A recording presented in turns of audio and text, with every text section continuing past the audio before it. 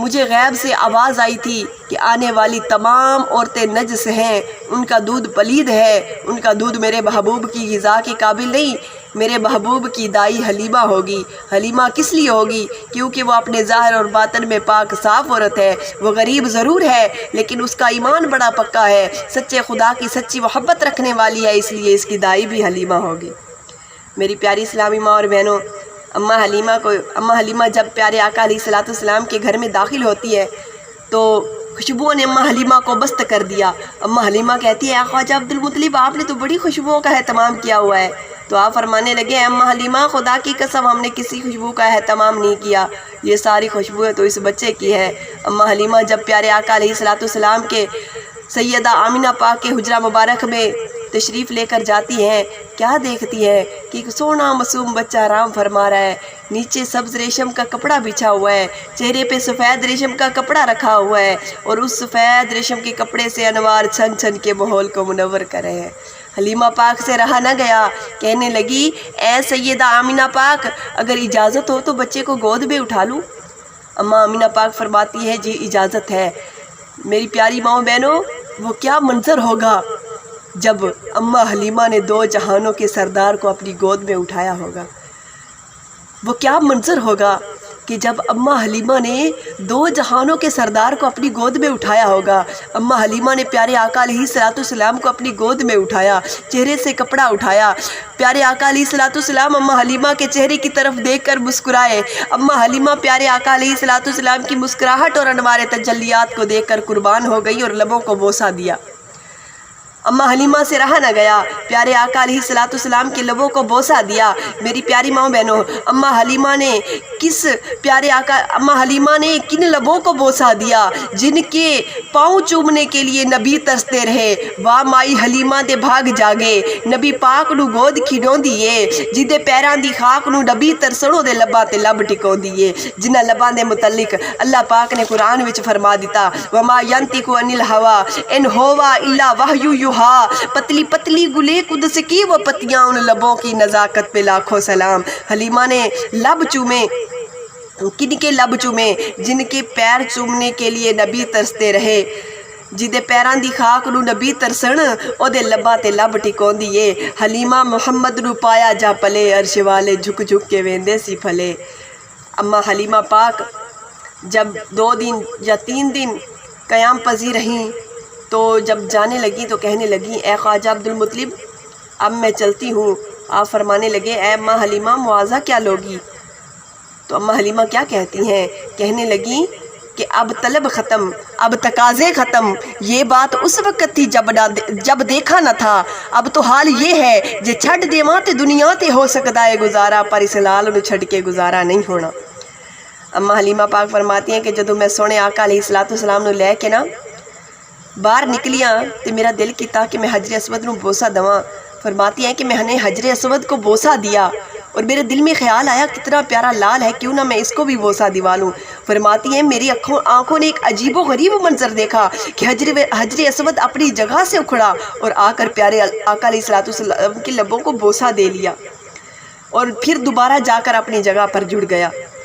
قربان جاؤں میری پیاری اسلامی ماں اور بہنوں، فرماتی ہیں اماں حلیمہ کہ میری آنکھوں نے ایک اور منظر دیکھا کہ جب ہم اپنی اونٹنی پر سوار ہونے لگے نا اور میں اپنی اونٹنی کے قریب گئی اور میری اونٹنی نے دیکھا 2 جہانوں کے سردار کو میری گود میں، تو اونٹنی نے اپنا سر جو ہے نا وہ سجدے میں رکھ دیا، جیسے اللہ پاک کا شکر ادا کری ہو کہ یا باری تعالیٰ تیرا لاکھ لاکھ شکر ہے کہ تو نے مجھے اپنے محبوب کی سواری کے لیے چن لیا۔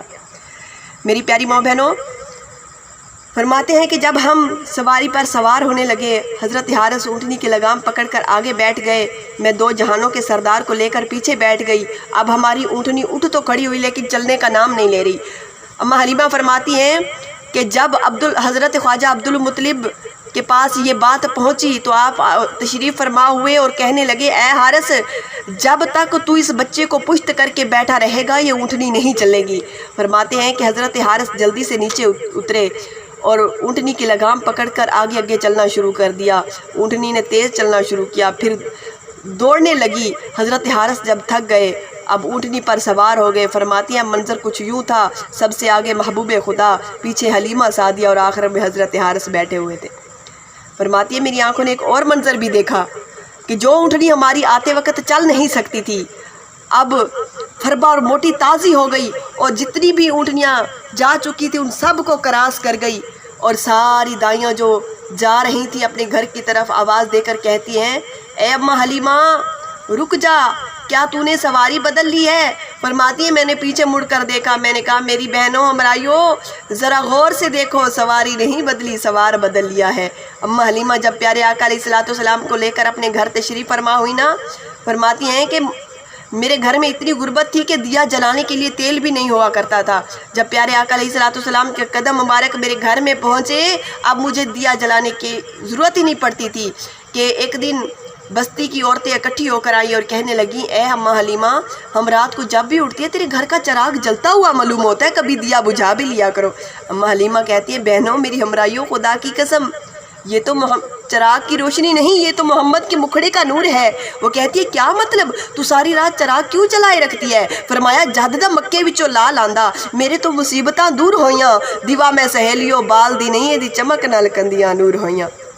میری پیاری ماں اور بہنوں، اماں حلیمہ کو نہ بھوک لگتی تھی نہ پیاس لگتی تھی، نبی کو گود میں لے کر وہ دن بھر جھوم لیتی تھیں، انہیں جب بھوک لگتی تھی لبوں کو چوم لیتی تھیں، کدی اٹھدی سی کدی بہندی سی او ڈگدی ڈھہندی رہندی سی، ان کوئی نہ نال بٹھاندا سی ان کوئی نہ نار لاندا سی، انہی لنگدی کیویں دہاڑی سی جدی ڈاچی سب تو ماڑی سی، اس ڈاچی دی جڑی مائی سی اندا نام حلیمہ دائی سی، آخر وچ مکے آئی سی پیچھے آ کے او پچھتائی سی، ہر بوہا اس کھڑکایا سی، ہر دردی بڑی سوالی سی اندی جھولی پھر بھی خالی سی، جدو سارے پاسے رہ گئیے سرکار دے بوہے بہ گئیے، آخر او بوہا ملے آئے جتوں خالی کوئی نہ ولے آئے، ایک لونڈی باہر آئیے دائی ول جھاتی پائیے، انہوں باہوں نپ اٹھایا ہے پہلے سینے نال لگایا ہے، آ تینوں نال لے جاواں میں ایک نوری مکھ وکھاواں میں، ساڈے ویڑے او چن چڑھیا ہے جدا چن نے بھی کلمہ پڑھیا ہے، ساڈے ویڑے او چن چڑھیا ہے جدا چن نے بھی کلمہ پڑھیا ہے۔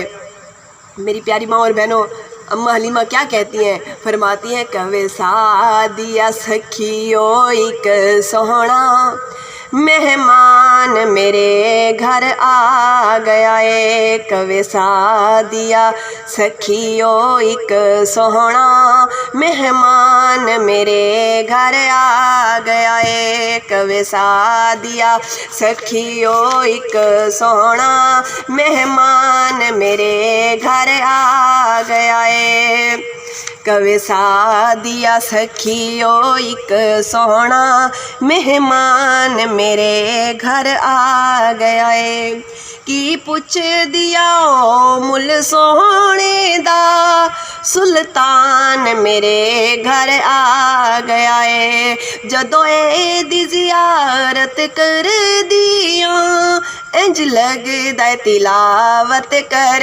دیاں، میری آنکھیاں پارے بن گئیاں نے قرآن میرے گھر آ گیا ہے، ارمان سی کوئی آوے گا میرے آ کے درد ونڈاوے گا، ارمان سی کوئی آوے گا میرے آ کے درد ونڈاوے گا، دکھیاں نو ہساون لئی سکھیو لجپال میرے گھر آ گیا ہے، اینو ویکھ کے حاکم ہس دیاں اینو دل دیاں ساریاں دسنیاں، اے دے چرچے عرشاں فرشاں تے اے دے چرچے عرشاں فرشاں تے سلطان میرے گھر آ گیا ہے، کوے سادیا سکھیو کوے سادیا سکھیو ایک سوہنا مہمان میرے گھر آ گیا ہے، مہمان میرے۔ ہمارے چینل پر سنیں گے آپ دلوں کو منور کرنے والے پیارے آقا علیہ السلام کی شان میں واقعات معجزات۔ ہمارے چینل کو سبسکرائب کریں، لائک کریں، شیئر کریں۔ جزاک اللہ۔